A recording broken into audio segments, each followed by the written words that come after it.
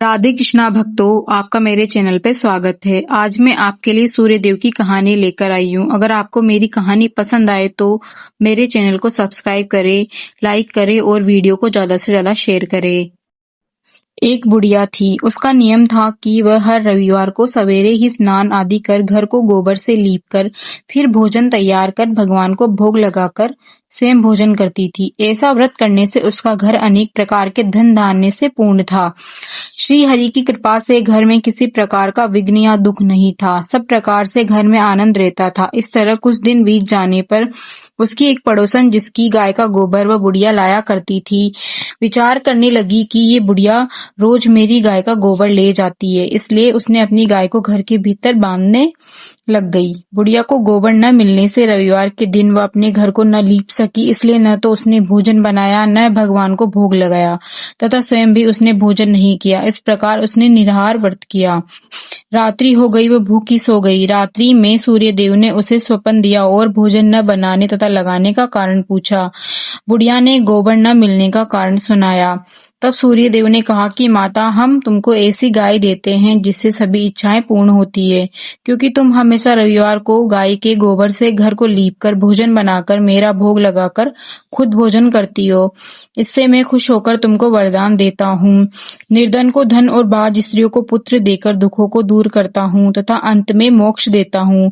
स्वप्न में ऐसा वरदान देकर सूर्यदेव तो अंतर्ध्यान हो गए और बुढ़िया की आंख खुली तो वह देखती है कि आंगन में एक बहुत सुंदर गाय और बछड़ा बंधे हुए हैं। वह गाय और बछड़े को देखकर बहुत प्रसन्न हुई और उसको घर के बाहर बांध दिया। वहीं खाने को चारा डाल दिया।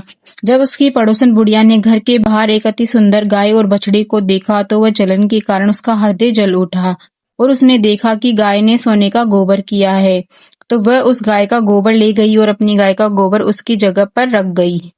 वह रोज ऐसा ही करती रही और सीधी सादी बुढ़िया को इसकी खबर नहीं होने दी। तभी सूर्यदेव ने सोचा कि चालाक पड़ोसन के कर्म से बुढ़िया ठगी जा रही है, तो सूर्यदेव ने संध्या के समय अपनी माया से बड़े जोर की आंधी चला दी। बुढ़िया ने आंधी के भय से अपनी गाय को भीतर बांध लिया। प्रातःकाल जब बुढ़िया ने देखा कि गाय ने सोने का गोबर दिया है तो उसके आश्चर्य की सीमा नहीं रही और वो प्रतिदिन गाय को घर के भीतर बांधने लगी। उधर पड़ोसन ने देखा कि बुढ़िया गाय को घर के भीतर बांधने लगी है और उसको सोने का गोबर उठाने का दाव नहीं चलता, तो वह जलन और ढा से जल उठी और कुछ उपाय न देख पड़ोसन ने उस देश के राजा को सभा में जाकर कहा कि महाराज, मेरे पड़ोस में एक बुढ़िया के पास ऐसी गाय है जो आप जैसे महान राजाओं के पास होनी चाहिए। वह रोज सोने का गोबर देती है। आप उस सोने से प्रजा का पालन करिए। वह बुढ़िया इतने सोने का क्या करेगी? राजा ने ये बात सुन अपने दूतों को वृद्धा के घर से गाय लाने की आज्ञा दी। जब बुढ़िया प्रातः ईश्वर को भोग लगाकर भोजन करने जा रही थी तो राजा के कर्मचारी गाय खोलकर ले गए।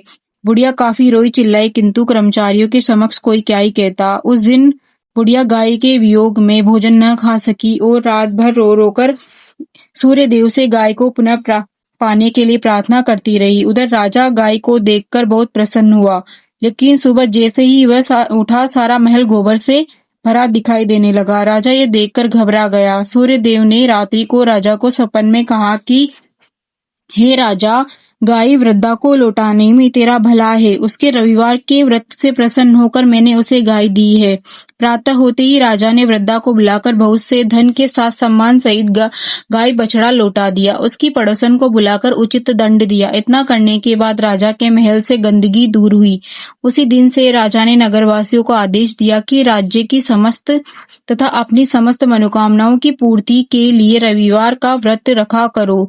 सूर्यदेव का व्रत करने से नगर के लोग सुखी जीवन व्यतीत करने लगे। कोई भी बीमारी तथा प्रकृति का प्रयोग उस नगर पर नहीं होता था। सारी प्रजा सुख से रहने लगी।